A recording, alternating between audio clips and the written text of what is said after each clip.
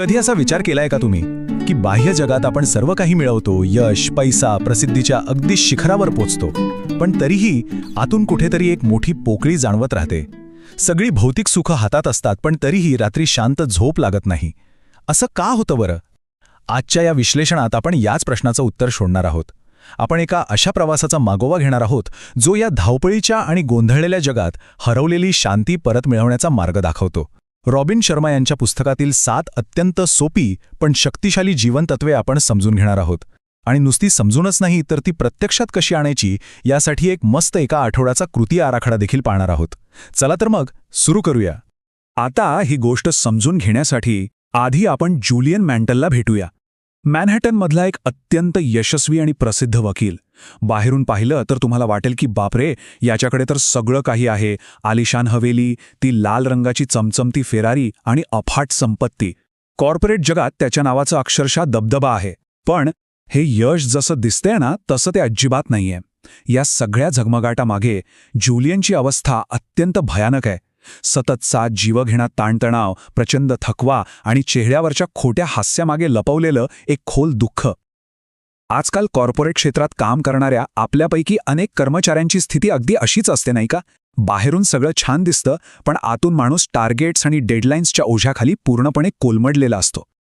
आपण एका अशा विषारी चक्रात अडकतोय जे आपल्याला खऱ्या शांततेपासून खूप दूर नेतंय. आणि मग तो दिवस उजाडला जो माणूस कोर्टात कधीही हरला नव्हता. तो स्वतःच्याच वेगवान आणि शिस्त नसलेल्या जीवनशैलीकडून हरला. कोर्टात एका अत्यंत महत्त्वाच्या खटल्याचा युक्तिवाद सुरू असताना जुलियन अचानक जमिनीवर कोसळला. हा एक असा धक्कादायक प्रसंग होता ज्याने त्याच्या आयुष्याची दिशाच पूर्णपणे बदलून टाकली. अतिताण, विश्रांतीचा पूर्ण अभाव आणि स्वतःला अजिबात वेळ न देण्याची सवय यामुळे त्याच्या शरीराने आणि मनाने शेवटी हार मानली होती. आता विचार करा, हा प्रसंग आपल्या सर्वांसाठी एक केवढी मोठी धोक्याची घंटा आहे. कामाच्या व्यापात स्वतःच्या आरोग्याकडे आणि मानसिक शांतीकडे दुर्लक्ष करणे हे म्हणजे एक प्रकारे स्वतःलाच संपवण्यासारखे आहे, हे यातून अगदी स्पष्ट होतं. हॉस्पिटलमध्ये शुद्धीवर आल्यावर डॉक्टरांनी त्याला काय सांगितलं माहितीये?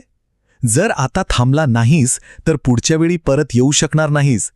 बापरे, हे शब्द जुलियनसाठी केवळ एक वैद्यकीय सल्ला नव्हता, तर तो चक्क जीवन मरणाचा प्रश्न होता.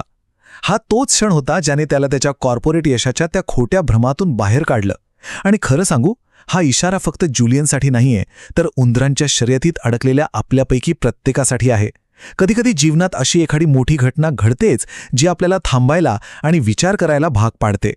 जुलियनला त्या क्षणी तीव्रतेने जाणवलं की यश मिळवण्याच्या या अंधळ्या शर्यतीत तो स्वतःलाच कुठेतरी पूर्णपणे हरून बसलाय. आणि त्यानंतर जे घडलं ते अगदी थक्क करणारं होतं. काही तासांतच त्याने निर्णय घेतला. अवघ्या एका दिवसानंतर जुलियनने आपली ती लाडकी लाल फेरारी विकली, आलिशान हवेली सोडली आणि थेट नोकरीचा राजीनामा दिला. 3 महिन्यानंतर तर तो कोणताही मागमूस न ठेवता जगाच्या नजरेतून पूर्णपणे गायब झाला. आणि 6 महिन्यानंतर तो थेट भारताच्या उत्तरेकडील शांत बर्फाच्छादित हिमालयीन पर्वतांमध्ये आपल्या प्रश्नांच्या उत्तरांच्या शोधात पोचला. सर्व भौतिक सुखांचा त्याग करून आंतरिक शांती शोधण्याचा हा त्याचा प्रवास खऱ्या अर्थाने इथून सुरू झाला. नवीन जीवनशैली स्वीकारताना सुरुवातीला खूप अडथळे येतात. जुन्या सवयी सोडताना आपल्याला भीती वाटते. पण जुलियनने तो धाडसी निर्णय घेतला, कारण त्याला पक्कं समजलं होतं की आतून पूर्णपणे रिकामे राहून फक्त बाहेरची संपत्ती गोळा करण्यात काहीच अर्थ नाहीये. हिमालयाच्या त्या अत्यंत शांत वातावरणात शिवण नावाच्या एका छोट्याशा गावात त्याची भेट योगी रमण यांच्याशी होते. आणि त्यांनी जुलियनला एक अत्यंत महत्त्वाची गोष्ट सांगितली. ते म्हणाले, जुलियन, बाहेरच्या जगाची खूप मशागत झाली, आता आत डोकावण्याची वेळ आलीय. किती खोल विचार आहे हा. आपण सर्वजण बाहेरचं जग सजवण्यात, बँक बॅलन्स वाढवण्यात, गाडी बंगला घेण्यात इतके व्यस्त असतो की आतल्या आत्म्याकडे आपलं लक्षच नसतं. खरी ताकद ही आतल्या आत्म्याची मशागत करण्यात आहे. आता तुम्ही म्हणाल, ही शांतता मिळवण्यासाठी आम्हाला हिमालयात जावं लागेल का? तर अजिबात नाही. आपल्याला आपल्या आतच एक हिमालय निर्माण करायचं आहे. आणि ते आपल्या रोजच्या धावपळीच्या जीवनात कसं करायचं तेच आपण आता पाहणार आहोत. तर आधुनिक जगातल्या या भयानक ताणतणावावर आणि थकव्यावरचा सर्वोत्तम उपाय म्हणजे शिवणची ही 7 मुख्य जीवनतत्वे. एकदम सोपी आहेत. पहिलं म्हणजे मन ही एक बाग आहे. दुसरं, ध्येयाची शक्ती ओळखा. तिसरं, सतत आत्मसुधारणा म्हणजे कायझनचा मार्ग. चौथं, शिस्तीचं महत्त्व. 5वं, इतरांच्या सेवेचा उद्देश. 6वं, नेहमी वर्तमानात जगा. आणि 7वं, जीवनातील साधे सौंदर्य अनुभवा. आता ही तत्वे ऐकायला खूप छान वाटतात, पण ती प्रत्यक्षात कशी आणायची त्यासाठीच आपण एका आठवड्याचा कृती आराखडा कसा बनवू शकतो आणि तो रोजच्या जीवनात कसा लागू करू शकतो हे एक एक करून सविस्तर पाहूया. पहिलं तत्व अत्यंत शक्तिशाली आहे. मन ही एक बाग आहे. बघा, नवीन जीवनशैली स्वीकारताना येणारा सर्वात मोठा अडथळा कोणता असतो? तर आपली नकारात्मक विचार आणि भीती पेरण्याची सवय. जर तुम्ही बागेत सतत चिंता, भीती आणि द्वेषाचे बीज पेरले तर काय होईल? गोंधळ आणि काटेरी झुडपच वाढतील ना? पण जर तिथे आशा, आनंद आणि सकारात्मकतेची फुले लावली तर मन मजबूत बनेल. उदाहरणार्थ, जर एखाद्या कॉर्पोरेट कर्मचाऱ्यासमोर ऑफिसमध्ये एखादा कठीण प्रोजेक्ट आला तर अरे बापरे, हे मला जमणारच नाही अशी भीती पेरण्यापेक्षा मी हे नवीन आव्हान नक्कीच आत्मविश्वासाने पेलेन अशी आशा पेरणं गरजेचं आहे. हाच मानसिक शांतीचा पहिला आणि अत्यंत महत्त्वाचा टप्पा आहे बरं का. आता मनाची बाग फुलवण्यासाठी आणि ते सतत चालणारे अनावश्यक विचार थांबवण्यासाठी एक अतिशय सोपी पद्धत सांगतो. मेणबत्तीचं ध्यान. हे तंत्र तुम्ही तुमच्या दैनंदिन जीवनात अगदी सहज वापरू शकता. फक्त एक पेटलेली मेणबत्ती घ्या, तिच्याकडे स्थिर पहा, आपला श्वासोच्छ्वास त्या शांत ज्योतिषी जुळवून घ्या आणि आतील विचार हळूहळू शांत होऊ द्या. विशेषतः विद्यार्थ्यांसाठी तर हे तंत्र एखाद्या जादूसारखं काम करतं. अभ्यासाला बसण्यापूर्वी किंवा परीक्षेच्या आधी फक्त 5 मिनिटे जर विद्यार्थ्यांनी हे ध्यान केलं ना, तर त्यांचं लक्ष केंद्रित करण्याची क्षमता कित्येक पटींनी वाढते आणि मनाची चंचलता एकदम कमी होते. गोंधळलेल्या मनाला शांत आत्म्याशी जोडण्याचा हा एक अत्यंत सोपा आणि प्रभावी मार्ग आहे. आता इथे थोडं थांबा आणि स्वतःला एक अतिशय महत्त्वाचा प्रश्न विचारून पहा. समजा जर तुमच्याकडे अमर्याद पैसा आहे, भरपूर वेळ आहे आणि मृत्यूची कोणतीही भीती नाहीये, तर तुम्ही काय कराल?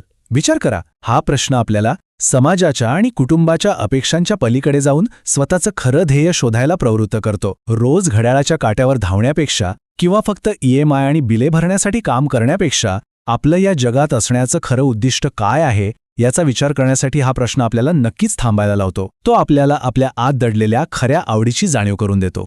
जेव्हा जुलियनने स्वतःला हा प्रश्न विचारला तेव्हा त्याला काय जाणवलं माहितीये? त्याला समजलं की त्याचं खरं उद्दिष्ट केवळ संपत्ती गोळा करणं किंवा कोर्टात खटले जिंकणं हे नव्हतंच कधी, तर एका शांत खोलीत बसून इतर लोकांच्या आत्म्याला जागे करणे, त्यांना योग्य दिशा दाखवणे हे त्याचे खरे काम आहे. आता हे कॉर्पोरेट कर्मचाऱ्यांना किंवा अगदी आपल्यालाही लागू होतं बरं का. ध्येय शोधणे म्हणजे लगेच उद्या जाऊन नोकरी सोडणे असं अजिबात नाहीये. तर आपण जे काम करत आहोत त्यातून इतरांना कशी मदत होत आहे किंवा आपण स्वतःला कसं घडवत आहोत हे शोधणे म्हणजेच खरे ध्येय. ज्या क्षणी असा उद्देश स्पष्ट होतो ना, त्या क्षणी जीवनातला अर्ध्याहून अधिक तणाव कमी होतो आणि एक वेगळीच शांतता लाभते. यावर योगी रमण यांनी एक अतिशय मार्मिक विचार मांडला आहे. ते म्हणतात, जर तुम्हाला तुमच्या आत्म्याचे ध्येय ओळखता आले नाही तर आयुष्यभर तुम्हाला दुसऱ्या कोणाचा तरी खेळ खेळावा लागेल. हे अगदी 100% खरं आहे. स्पष्ट आंतरिक उद्दिष्टाशिवाय आपण समुद्रात भरकटलेल्या दिशाहीन नावेसारखे असतो. आपण केवळ इतरांच्या अपेक्षांचे ओझे वाहत राहतो. बॉसच्या, समाजाच्या अपेक्षा पूर्ण करण्यातच सगळं आयुष्य निघून जातं. पण जेव्हा तुम्हाला तुमचं स्वतःचं असं एक ध्येय सापडतं तेव्हा संपूर्ण निसर्ग तुम्हाला साथ द्यायला उभा राहतो. तुमची ऊर्जा चुकीच्या ठिकाणी अजिबात वाया जात नाही आणि प्रत्येक कामात तुम्हाला एक वेगळाच आनंद मिळू लागतो. पण हे सगळं मिळवण्यासाठी एक अत्यंत महत्त्वाची गोष्ट लागते आणि ती म्हणजे शिस्त. इथे पुस्तकात आत्म्याची तलवार हे खूप छान रूपक वापरलं आहे. ही एक अशी तलवार आहे जिला कोणतीही धार नाहीये किंवा जिचं काही वजनही नाही, पण ती तुमच्या आतल्या योद्ध्याच्या धैर्याचं प्रतीक आहे. खरी शिस्त म्हणजे काय? तर दररोज सकाळी उठून स्वतःच्या आतल्या भीतीवर, नकारात्मक विचारांवर आणि कमकुवतपणावर विजय मिळवणे. विद्यार्थ्यांसाठी सांगायचं तर आत्म्याची तलवार म्हणजे अभ्यासाच्या वेळी तो लक्ष विचलित करणारा मोबाईल बाजूला ठेवून एकाग्रतेने अभ्यास करण्याची शिस्त. ज्याला ही शिस्त लागली तो जगातल्या कोणत्याही कठीण परिस्थितीवर अगदी सहज मात करू शकतो. आपण अनेकदा महान लोकांकडे बघतो आणि विचार करतो की ते वेगळे आहेत, पण खरी महानता म्हणजे बाहेरून मिळवलेला एखादा मोठा पुरस्कार किंवा जन्मता मिळालेलं कोणतंही वरदान नाहीये. महानता हा एक आंतरिक निर्णय आहे जो तुम्हाला दररोज घ्यावा लागतो.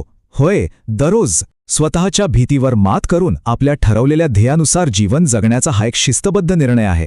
आणि हे कसं साध्य होतं? सतत आत्मसुधारणा म्हणजे जपानी भाषेत ज्याला काइझेन म्हणतात त्या मार्गाने. रोज स्वतःमध्ये थोडीशी सुधारणा करा, काहीतरी नवीन शिका आणि स्वतःला कालपेक्षा आज थोडे चांगले बनवा. यातूनच महानता सिद्ध होते.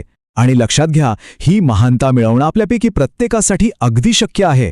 आता बघा, न्यूयॉर्क सोडून गेलेला तो जुना जुलियन अतिशय थकला होता अहंकार आणि भीतीने पूर्णपणे ग्रासलेला होता. पण हा नवीन जुलियन बघा, एकदम शांत, आंतरिक शांतीने युक्त आणि वर्तमानात जगणारा. आता जुलियनसारखाच सकारात्मक बदल अनुभवण्यासाठी आपण स्वतःसाठी 7 दिवसांचा एक सोपा कृती आराखडा बनवू शकतो. सोमवारपासून सुरुवात करूया. सोमवारी मनाची मशागत, सकारात्मक विचार करण्याची सवय लावणे. मंगळवार ध्येय निश्चिती, आपला आजचा उद्देश लिहून काढणे. बुधवार आत्मसुधारणा, काहीतरी नवीन वाचणे किंवा शिकणे. गुरुवार शिस्तीचा सराव, कोणत्याही मोहाला बळी न पडता ध्येयावर लक्ष ठेवणे. शुक्रवार इतरांची निस्वार्थ सेवा करणे किंवा मदत करणे. शनिवार वेळेचा आदर करणे. आणि रविवार सगळी धावपळ थांबवून फक्त आणि फक्त वर्तमानात जगत जीवनातील साधे सौंदर्य अनुभवणे. या साध्या आराखड्याने नक्कीच एक आमूलाग्र बदल घडून येईल. तर शेवटी पुन्हा तोच प्रश्न, आपण येथे का आहोत आणि आपले खरे ध्येय काय आहे? या प्रश्नांची उत्तरे शोधण्यासाठी आणि जीवनात शांतता आणि संतुलन मिळवण्यासाठी तुम्हाला कोणत्याही हिमालयाच्या गुहेत जाण्याची अजिबात गरज नाहीये. तुमची सगळी उत्तरे तुमच्यातच दडलेली आहेत. फक्त दररोजच्या या धावपळीच्या आयुष्यात थोडा वेळ काढून स्वतःशी संवाद साधण्याची गरज आहे. ही 7 तत्वे तुम्हाला नक्कीच तो मार्ग दाखवतील. मग विचार करा, ह्या क्षणापासून, ह्याच दिवसापासून तुम्ही तुमच्या स्वतःच्या आयुष्याची कोणती नवीन आणि अर्थपूर्ण सुरुवात करणार आहात? हा विचार नक्की करा.